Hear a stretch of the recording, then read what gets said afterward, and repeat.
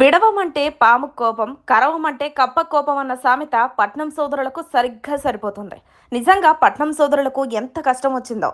అసలు విషయం ఏంటంటే బీఆర్ఎస్ సీనియర్ నేత పట్నం నరేందర్ రెడ్డిని పోలీసులు అరెస్టు చేసి కోర్టులో హాజరుపరిచారు. రాజకీయంగా రెండు పార్టీల నేతలు ఒకరిపై మరొకరు దాడులు చేసుకోవడం పరిపాటే. కానీ ఒక జిల్లా కలెక్టర్పై లగజిల్లా గ్రామస్తులు దాడి చేయడంతో ఇప్పుడు దేశవ్యాప్తంగా సంచలనమైంది. ఆ దాడికి సూత్రధారుడుగా పోలీసులు ఆధారాలు సేకరించి పట్నం నరేందర్ను అరెస్ట్ చేశారు. ఇక్కడి వరకు అంతా బాగానే ఉన్నా పట్నం విషయంలో ఎలాంటి సమస్య లేదు. సమస్య అంతే ఎక్కడొచ్చిందంటే పట్నం నరేందర్ రెడ్డికి అన్న పట్నం మహేందర్ రెడ్డి ఉన్నారు. ఇప్పుడు ఈ సమస్య అంతా కుటుంబంలో మొదలైంది. ఎలా అంటే పట్నం మహేందర్ రెడ్డి, పట్నం నరేందర్ రెడ్డి స్వయాన ఇద్దరు అన్నదమ్ములు.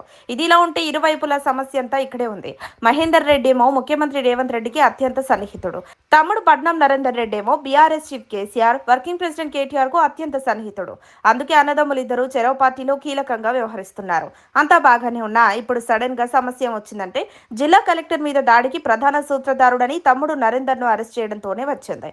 అసలు కలెక్టర్ మీద జరిగిన దాడికి నరేందర్ సూత్రధారుడు అవునో కాదో ఎవరికీ తెలియదు. అక్కడ దాడికి ఉసిగొల్పిన సురేష్ తో పట్నం నరేందర్ ముందు రోజు చాలా సార్లు మాట్లాడారని పోలీసులు చెబుతున్నారు.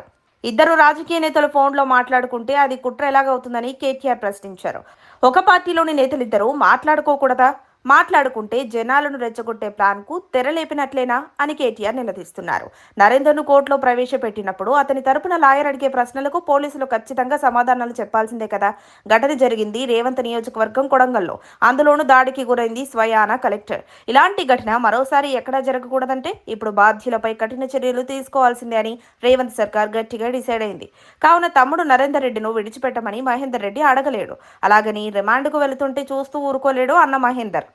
ఇప్పుడు ఈ విషయం అన్నదమ్ముల కుటుంబాల్లో చిచ్చు పెట్టినా ఆశ్చర్యపోవక్కర్లేదు.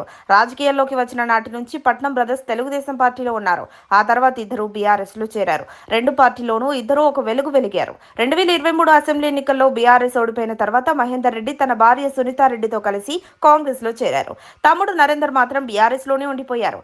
అప్పట్లోనే తమ్ముడు కూడా అన్నతో పాటు కాంగ్రెస్ లోకి వచ్చేస్తుంటే ఇప్పుడు ఈ కేసులో గోల్ ఉండేది కాదు. ఏం ఆశించి అన్నదమ్ములిద్దరు చెరవ పార్టీలో ఉండిపోయారో తెలియదు కానీ అలాంటిది సడన్ గా కలెక్టర్ మీద దాడి కేసులో నరేందర్ ఇరుక్కున్నాడు. అందుకనే కాబోలు పట్నం సోదరులు ఇద్దరికీ ఎంత కష్టం వచ్చిందని పొలిటికల్ సర్కిల్స్ లో మాట్లాడుకుంటున్నారు. అప్డేట్స్ కోసం మా కాయ్ టీవీని సబ్స్క్రైబ్ చేసుకోండి. మా వీడియో కనుక మీకు నచ్చినట్లయితే లైక్ చేయండి, షేర్ చేయండి. మీ విలువైన అభిప్రాయాలను కామెంట్ బాక్స్లో తెలియజేయండి.